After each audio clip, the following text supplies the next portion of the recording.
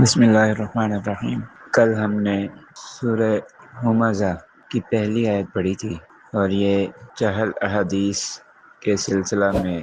حدیث نمبر 30 جو کہ یہ تھی وَلَا تَسْخَرْ بِأَحَدٍ مِّنَ النَّاسِ کہ لوگوں کا مذاق نہ اڑاؤ، اس کے ضمن میں ہم نے قرآن پاک کی یہ دوسری آیت مبارکہ پڑھی تھی۔ اس میں کہا گیا ہے کہ ویل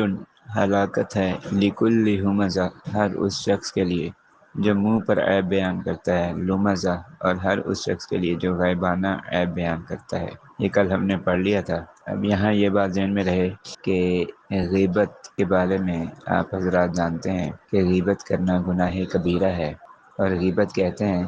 کہ کسی آدمی کی عدم موجودگی میں اس کے بارے میں کوئی برائی بیان کی جائے، دوسرے لفظوں میں اس کی پیٹھ پیچھے اس کی برائی کرنا،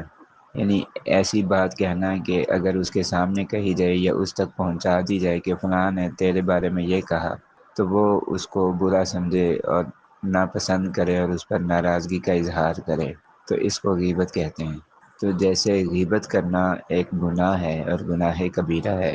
اور غیبت میں کیا ہوتا ہے کہ آدمی انسان کا عیب بیان کرتا ہے اس کی عدم موجودگی میں، اس کی غیر موجودگی میں، جبکہ ہمزہ کا مطلب ہے کہ آدمی عیب بیان کرتا ہے اس شخص کے سامنے، اس شخص کے منہ پر اس کی برائی بیان کرتا ہے کہ تو ایسا ہے، تو ویسا ہے، تو یہ ہے، تو وہ ہے، وغیرہ وغیرہ۔ تو یہ منہ پر عیب بیان کرنا یا منہ پر کوئی ایسی بات کرنا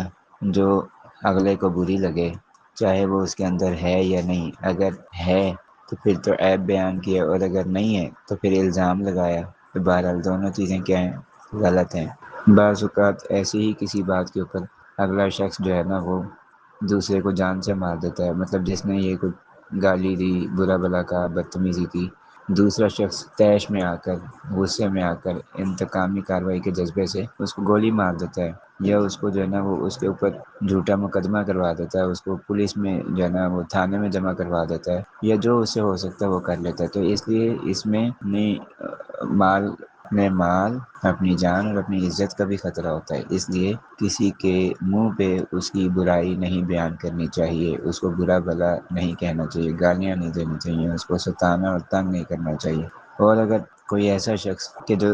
جس کو کہا جا رہا ہے، یعنی جس کے منہ پہ اس کی برائی کی جا رہی ہے، اگر وہ کمزور ہے تو وہ کچھ بھی نہ کرے، تو اگر وہ یہاں اس کیس میں مظلوم ہے، بد دعا تو دے سکتا ہے، وہ مظلوم بن کے وہ ہاتھ تو اٹھا سکتا ہے، ہاتھ اٹھا کے اللہ تعالیٰ سے فریاد کرے کہ یا اللہ اس شخص نے مجھے لوگوں کے سامنے بھرے مجمع کے اندر ذلیل کیا، رسوا کیا، برا بھلا کہا، گالیاں دیں، تانے دیے، یا یہ کہ تنہائی میں ہی اس نے مجھے میرے سامنے یہ باتیں کی اور اس نے غلط باتیں کی اور اس نے مجھے تکلیف پہنچائی، یا اللہ تو اس سے خود ہی بدلہ لے لیجیے، خود ہی انتقام لے لیجیے اور اپنی شایان شان لے لیجیے۔ تو مجھے بتائیں اگر اس نے اپنا معاملہ اللہ کے حوالے کر دیا کہ یا اللہ میری طرف سے آپ اس سے بدلہ لے لیجیے، تو پھر اس شخص کے ساتھ کیا ہوگا کہ جس سے اللہ خود جو ہے نا وہ بدلہ لے، تو یہ یقیناً انسان کے لیے بہت خطرناک بات ہے۔